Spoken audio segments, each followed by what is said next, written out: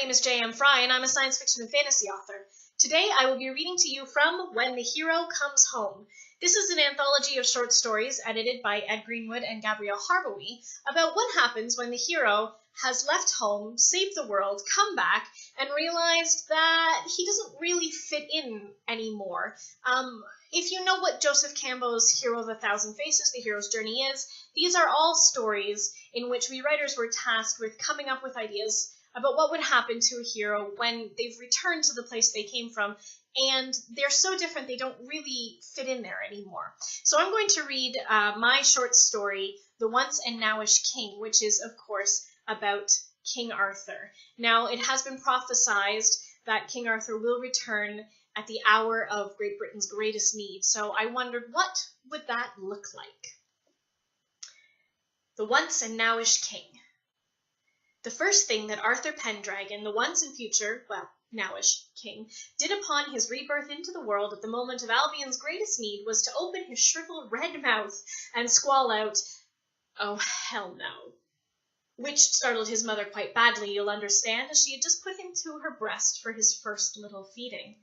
She shook her head and glared balefully at the ivy needle in the bend of her elbow, ignored her new son's outburst, and went about her task. The second thing that Arthur Pendragon, the once and nowish king, did upon his rebirth into the world at the moment of Albion's greatest need was to consume his body weight in breast milk, after which he soiled his nappy, burped quite dramatically, and took a wee bit of a nap. Getting born was hard work, you know. The next thing that Arthur Pendragon, the once and nowish king, did upon his rebirth was to wake up and ask where that good-for-nothing senile git of a wizard had gotten. Nobody else was in the hospital room with Arthur and his new mother, so he had to repeat it a few times to convince her that she was not, in fact, hearing things. "Great ancient sorcerer with the beard," he said. "What, Dumbledore?" his mother asked, trying to make her eyes the size of regular eyes again rather than saucers. She wasn't quite succeeding. "Or, Merlin." "Yes, Merlin," Arthur shrilled, then frowned because his voice hadn't been that high since the last time he was a baby. In a more sedate and what he hoped was a more kingly tone, he went on to clarify, "Who the hell else would I mean?" I'm sure I don't know, dearest," his mother said, and started to cry. Arthur felt quite bad about that, because she seemed a nice lady, especially since she had just put up with him in her womb for 9 months. He resolved to be a bit gentler with her thereafter. Were Guinevere here, she would surely have clipped him round his ears already. Arthur was quiet on the way home, watching with utter fascination as his new father manhandled the strange metal carriage in which they rode. The motion of the vehicle made him nod off, soothing and quite like being tucked up safe and sound in a caring person's arms. His only grievance with this was that he had hoped to see more of the strange and wonderful world outside of the vehicle's windows. There were tall buildings, and everything was covered in glass. Some great king must have been very wealthy to afford to give his subjects a whole city of glass. The thought made his tiny tummy to burble with foreboding, because perhaps his wealthy king was the very person he had been brought back to defeat. Shoving thoughts of his destiny aside for now, it's not as if he had Excalibur or was yet strong enough to even lift it, he let the rocking motion lull him into a doze. Once they arrived home, Arthur made a point of vocally admiring the shade of green on the walls of his nursery and complimented his mother on her pretty coming-home dress. He had, after all, promised himself to be nicer. She started crying again, and Arthur, who had never really been all that good with girls and probably wouldn't have ever been able to attract a wife had he not had a crown weighing on his forehead, looked at his father and said, "What did I do?" He really wished Guinevere were here. His father only plopped down onto the rocking chair and stared in horror at his little face. "What?" Arthur said. "I don't think this was in the baby books, hun," his father said, and all the blood draining from his face. If the man was going to swoon, Arthur hoped to at least be set down somewhere first, but the man stayed upright. He gulped on the air for a bit, and then when his color had mostly come back, he stood and lay Arthur in the middle of the crib and grabbed his wife's wrist. They left. Arthur heard the footsteps pad across the carpeting, traverse the hallway, and then descend the stairs and go out the front door. Oh dear. For a long, long time, Arthur stays still, listening. There was no shouting, no noisy roar of an unhappy lynch mob or of the metal vehicles. There was only Arthur and the inadequate swaddling blanket and the boring white ceiling. There were also 5 fuzzy white sheep that kept going around and around above his head, hypnotic and really sort of marvelous. Right around when his stomach started to cramp with hunger, but after the King of Albion had suffered the indignity of losing control of his own bowels and soiling his nappy, his mother came back. She hovered in the doorway for a moment, and Arthur gummed his bottom lip and tried to decide if he should say anything. It was, after all, what had gotten him into this mess. Before he could, she darted across the floor like a war charger and scooped him up close and pressed his cheek against her neck and said, I'm sorry, I'm so sorry. It doesn't matter, it doesn't. You're my son and you're perfect and I love you. Arthur reached up and patted her cheek gently. I understand, he said, and sort of thought that he did. Then his mother offered him a bottle, and he tried not to be disappointed. He wouldn't want to nurse a baby with the thought processes and memories of an adult man either, really, but the bottle meant she was rejecting him, if only a little. Arthur's stomach swooped in fear, and he realized it was because he didn't want to lose those tender, affectionate moments when he was wrapped in his mother's arms, head against her breast, and the sound of her heart soothing him. He supposed he couldn't blame her. It had to be weird having a fully articulate, fully cognizant child latching to your breast. Arthur was doing his damnedest to stay asleep and not let the little hunger cramps or the haunting sense that he wasn't bundled up enough wake him every few hours. It was uncomfortable and odd, but he was determined. He was absolutely capable of letting his parents get a full night's sleep and perhaps to do the same himself. Having always been a man of strong will, he managed to do just that. Somewhere in the middle of all of it, Arthur also managed to dream. He was standing on a battlefield, and he knew Mordred was behind him, but he couldn't turn around fast enough. He hadn't been fast enough in real life, either. Then there was Guinevere's big liquid eyes and Lancelot's guilty frown, and something Merlin whispered in his ear about coming back one day, about the future of the kingdom resting upon his soul, about being called forth again like the pagan gods from their barrows.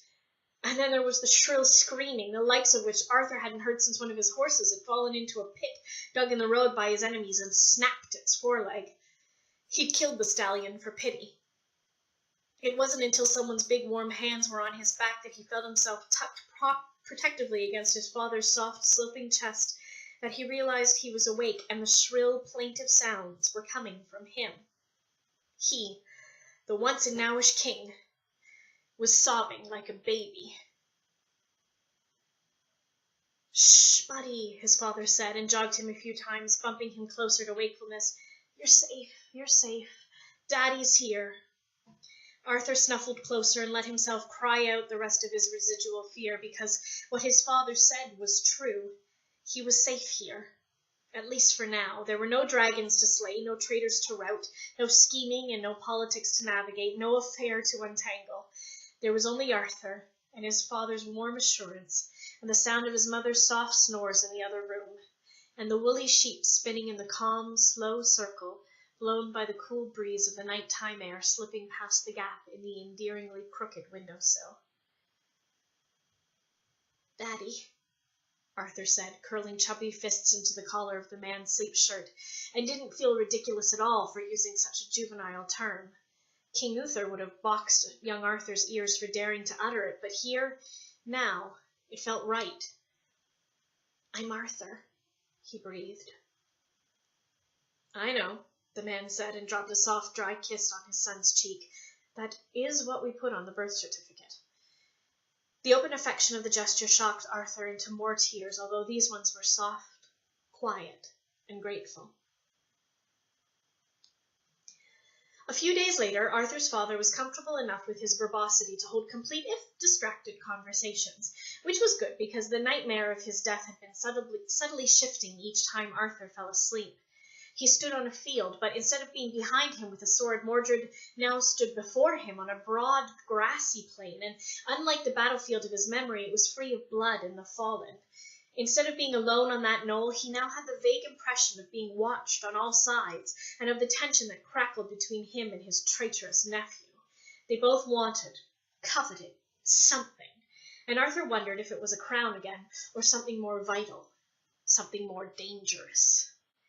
He stood and stared at Mordred, and Mordred stood and stared at him, hands out as if prepared to grapple, weaponless and ready to strike.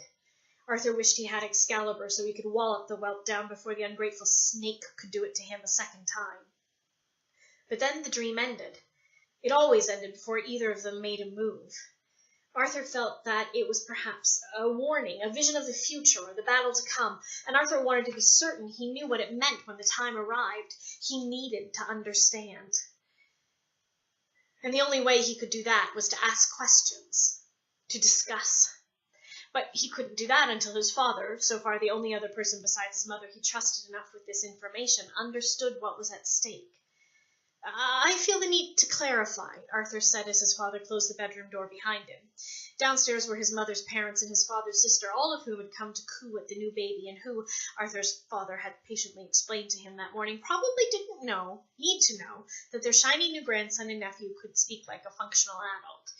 Arthur, therefore, had spent the morning making gurgling sounds and being as adorable as he could manage, and was really starved for some honest adult interaction. Clarify what? Arthur's father asked, holding Arthur away from his body as if to ensure that the slight smell wouldn't travel through the nappy and into his own clothes. My name, Arthur said. I'm not just any old Arthur, though I am thrilled that the name has gained such popularity. I am Arthur, King of the Britons, uniter and ruler of the land of Albion. And put me down already, man. You look ridiculous. Honestly, it's not going to explode. Arthur's father chuckled and put Arthur down on the change table and began the lengthy process of preparing to change his nappy. You do know me, don't you? Arthur asked worriedly, and then when his father hadn't immediately been shocked or gone into raptures, or at least made a leg and called him Your Majesty. Perhaps people had forgotten. What? His father asked, rooting around under the table for the wet wipes and the dry powder. Right, yes, King Arthur, quest for the Holy Grail, Sean Connery, knits to make the Welsh feel better about themselves, all that. Arthur furrowed his chubby brow as best he could. All of him was chubby right now, and it actually was slightly annoying. It was hard to be taken seriously when one was so damnably cute. Sean who? Actor, played King Arthur in the films. The thought that he had passed into history had been certain to Arthur. He had already been a great historical figure while he had lived. That he would pass into legend was a possibility, though he didn't enjoy the idea that he might have been forgotten as a real person. To find that he had become a myth hurt in ways that Arthur couldn't directly pinpoint, but he thought that it might have something to do with the idea that all of his bloody and hard work had been reduced to the sphere of an epithet, and all the people he had known and loved had been distilled into archetypes and cliches, ghosts of themselves. But to find out that there had been a film, horrifying. Arthur had already seen 2 films in his admittedly young life, one that had made his mother weep and smile as the man declared his love for the unattractively thin woman with a wide face, arms like toothpicks. She'd never be able to raise a blade to defend herself or her children from invaders. And one filled with great balls of fire and fast chases in those metal vehicles he now knew were called cars. And wasn't sure he had any great love for this bastardization of the bardic tail-weaving he had known in his last life, though he had to admit the television was a remarkable invention. To take his mind off it, he asked, what exactly is wrong with Albion anyway? Pardon? His father asked again, concentrating on his task and perhaps watching Arthur's Lily with more apprehension that was strictly polite. After all, Arthur hadn't weaned on him on purpose, and he had apologized besides. What's an Albion? Well, this land. I united it. I ruled the whole island once, you know. Don't tell me somebody let it get all split up into different kingdoms again, after all the hard work I did. Oh, it was for 1,000 or so years, his father said, reaching for the fresh nappy, his eyes still on Arthur. But then Scotland and Wales and part of Ireland got sucked back in wars for a few centuries, about all of that too, and so it's all mostly united again. The United Kingdom of Great Britain and Northern Ireland, we just say the UK now, son. I guess there's the colonies too, only they're not colonies anymore as we've become a Commonwealth state, and Arthur coughed.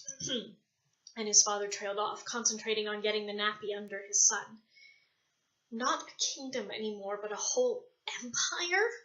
Arthur felt overwhelming responsibility pressing strangely on his little shoulders.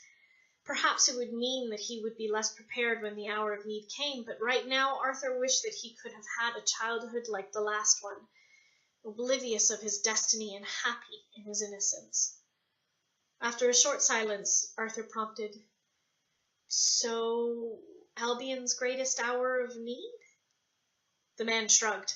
Water in Downing Street, war in the Middle East, decline of social niceties in direct correlation with the rise of texting and tweens? Maybe it hasn't happened yet, Arthur ventured. Then he sighed because, baby powder? Best feeling ever. You'd be born before the thing that would make you need to be born has happened, his father said, and finally looked up. Magic works in strange ways. Besides, Merlin lived his life backwards. He always knew what was going to happen before it did. Arthur wanted to grin, but a wave of melancholy swept over him instead. It was always frustrating, though. Because he never remembered the day before. It was difficult. Having a friend who never shared the same memories. Who never shared anything you loved, except your friendship. Arthur swallowed. And the in-jokes never worked. Anyway, he'd know when I had to be born again, so that means whatever it is, it probably hasn't happened yet. Well, there's a comfort, his father allowed. I guess. None of us can choose his destiny. Arthur frowned. No, but some of us have it chosen for them. Arthur let this percolate for a bit as his father tamped down the sticky tabs on the side of his new nappy and picked him up. By the way, surprisingly insightful, old man, Arthur said, snuffling and burrowing close to his father's warmth and the comfortable, safe smell of his neck. His father smiled. Thanks, kiddo. You get your brains from me. Arthur felt that a good gummy yawn was probably agreement enough, and proceeded to put thought into action. Arthur dreamed again. He dreamt of the great grassy plain, and thousands of millions of pairs of eyes watching him from stands erected all around him, hemming him in. But it was getting more detailed the more he experienced it. Or maybe it was just that he was familiar enough with the skeleton of the dream that he could allow his mind to take in the other seemingly less important details. It was a tourney field of some sort, but it was bisected at its narrowest rather than with a rail across the length. This was not a jousting field, nor did Arthur wear any mail or armor. That it was a place for fighting, he knew, but what kind escaped him? Mordred just crouched before him, a flapping swatch of white suspended on a metal frame behind his head, smirking and horrible and waiting. They were both dressed in a ridiculously flimsy pair of uniforms, with thin boots and shin guards. The material was so slight that it would not block any blade, and it was in a color so bright and garish that they would never be able to hide from their enemies. Perhaps that was the point, to prove that the knight wearing it was firm enough of metal and strong enough of arm to not require armor. The people in the stands around him blasted their disapproval of his inaction into short, obnoxious trumpets, and the sound filled the grounds with the angry buzz of disturbed hornets. They looked at him with such eager expectation, and Arthur had no idea how to give them what they wanted. He had always feared not being able to satisfy his subjects, but now their gazes were positively hungry. Arthur wondered what could be at stake should he fail this test that would make them so desperate. A golden club sat in the middle of the tourney field. It was cup-shaped and large, with a great ball cradled between the carven swaths of its base. Arthur knew it was not the Grail. Beyond that, he had no idea why it might be significant, and his ignorance annoyed him as much as the anxiety in the audience's eyes ate away at his confidence. A sharp cry woke him, and he was chagrined to discover that once more it had come from him. Imagine King Arthur, the strongest arm at the round table and the firmest of grip on the crown, unable to contain his own impulse, or bowels for that matter. He shifted once in the darkness, but no telltale dampness announced his presence, and he sighed. He was getting better at controlling that, at least. When his mother came into the room a few minutes later with his bottle, Arthur peered up at her from his crib and said, "I'm sorry, Mother." "Babies are like ink cartridges," she said. "Low capacity, and they need to be refilled often." But she said it with a strained smile. There were dark smudges under her eyes, and Arthur felt so guilty that he couldn't help the involuntary squirm. "I didn't mean the night feedings, although I appreciate that too," Arthur admitted, waving his hands happily at the bottle as his mother held it in his direction. She didn't like to pick him up to feed him any more. Arthur missed the feel of the beat of her heart next to his cheek, the soft, warm milk and rose water smell she had, the gentleness of her long fingers on the back of his neck, but he didn't dare say as much. He felt he was imposing on the poor woman enough. "I meant for, well, everything else." His mother let him latch onto the plastic nipple of the bottle and stay silent as he sucked. The formula didn't taste as wonderful as the breast milk had, but the fake bottle also wasn't giving him strangely twisted feelings of both young security and old licentiousness. When he was done, his mother rubbed his full belly in gentle circles until the little burp of swallowed air bubbled out of his mouth. Kay had always outdone him at banquets, but Arthur was becoming increasingly impressed with his own manful belches. Normally, after the bottle, Arthur's mother left his nursery immediately. She was never inattentive or neglectful, not after the first time, but she wasn't comfortable around her son either. He let himself drift back in the direction of sleep.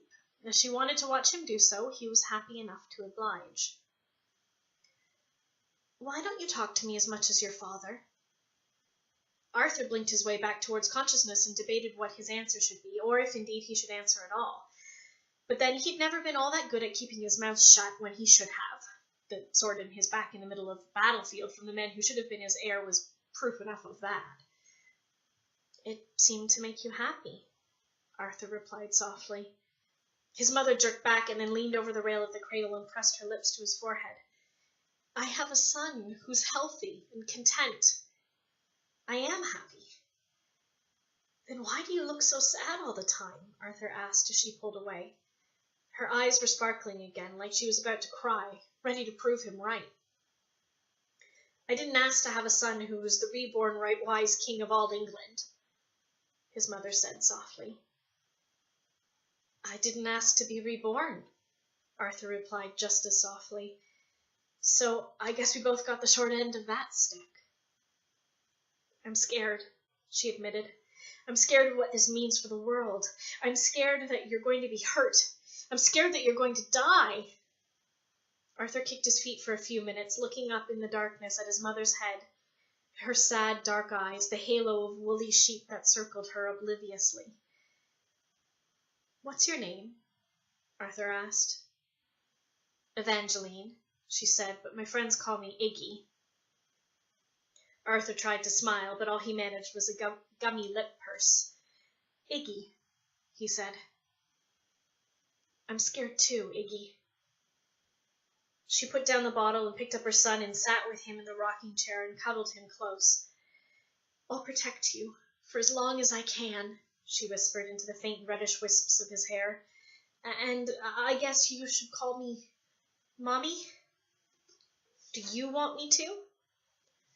Iggy pulled Arthur away from her stomach and met his eyes seriously. "Yes," she said, and smiled. It was tentative, but it also felt like a victory, if only a very small one. "Very well," Arthur sighed, content for the moment. "Mummy." She pulled him close again and rocked him slightly. She hummed a snatch of a lullaby that Arthur was surprised to realize he remembered from his first childhood. Then she told him a soft, sad story about the Lady of the Lake. Arthur didn't have the heart to point out to her that he already knew this story with a bit more familiarity than he really would have liked, considering how it ended. Every night for the next few weeks, Arthur dreamt of the tourney grounds and the golden cup and the buzzing, expectant, hungry eyes of the audience. There were other knights with him, though they, like him, wore new faces. He knew them for Owain and Kai and Gwalchmai, Peredur and Golden Gariant, the frightened Tristan, the bold Bedwyr, Teal'c, Erwin, Sirion, and even that bastard Lancelot. They, like him, wore the flimsy white uniform quartered with red bands, the ineffectual shin armor, and the shoes with spiked bottoms. Opposite them stood other knights in fierce red, Mordred at their head with his customary bloody smirk. Between them stood the gold cup, the new grail for which they fought. And Arthur realized across the course of his nightly dreams that they fought for this on the black... I'm going to try that sentence again, sorry. Opposite them stood the other knights in fierce red, Mordred at their head with his customary bloody smirk. Between them stood the gold cup, the new grail for which Arthur had realized across the course of his nightly dreams they fought for on this broad green battlefield. "If you can make this kick," Lancelot said behind his shoulder, "it's ours. The whole world." "No pressure, then," adult Arthur said in his dream, and then he began to run towards Mordred and the strange limp net that hung like a shredded battle flag behind him. He could feel himself wind up for something, to make some sort of move, felt his focus narrow into a single prick of white and black that lay stark against the lush green grass. But then he woke. Again! He resisted the childish urge to howl in frustration. "A babysitter," Arthur said dubiously from his quilt on the living room floor. Those fantastic little woolly sheep were dangling above his head, suspended on a yellow plastic frame patterned with dragons. He loved those sheep. They were so entertaining. He tore his attention away to attempt to raise an eyebrow in Askins. "You forget, your majesty," his father said kindly. "You can't even sit up on your own yet." Arthur, who couldn't exactly prove the statement wrong, said grudgingly, "Okay, I guess. Enjoy your night out, Dad, Mum." "Thanks, darling," his mother said and smiled. It was one of those real smiles, one of the ones where she realized that maybe everything was going to be okay and that her life hadn't turned out all strange and terrifying. She was smiling like that more often lately, and Arthur was proud of himself to be part of why that kind of smile was ending up there. Then the doorbell rang. His mother went to answer, and his father gave him the thumbs up. Arthur tried to roll his eyes, and then he tried not to think about what they might be doing out alone tonight. And then he tried not to think about what it would be like to have a sibling. The young girl came in ahead of his mum, blonde and probably about 14 or so. Arthur wasn't so good at estimating people's ages anymore. Back in his time, this girl would have been a woman already, preparing to marry or perhaps with children of her own. In this life, kids this age seem stuck in a strange limbo between childhood and adulthood, irresponsible and yet filled with a cultish sexuality and raging libido that had no direction and instead exploded all over the media. There was something different about this one, though, something in her that Arthur had never seen in the hundreds that were splashed all over the television that he had watched with his father while cuddled on his tummy, or that his mother had read about from the tabloids to help Arthur get sleepy enough for his naps. Her eyes looked old.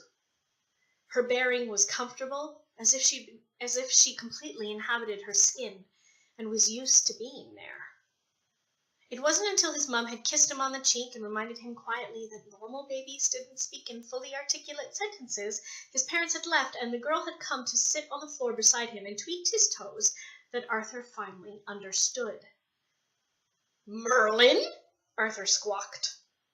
The girl scowled, a little wrinkle forming between her eyebrows, and Arthur knew quite well. "What the hell do you think, your majesty?" she said, and although her voice was high and sweet, the old sorcerer's tone hadn't changed at all in the few thousand years since the last time the king had been chastised by Merlin.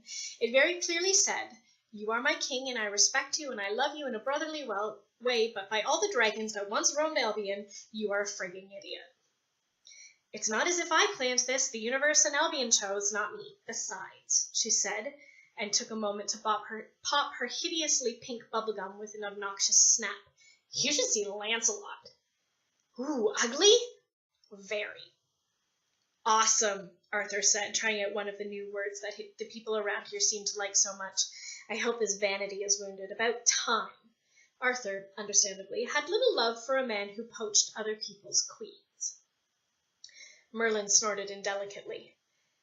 Well, Arthur conceded, waving his chubby toes in her direction, then put them in his mouth because, well, he could.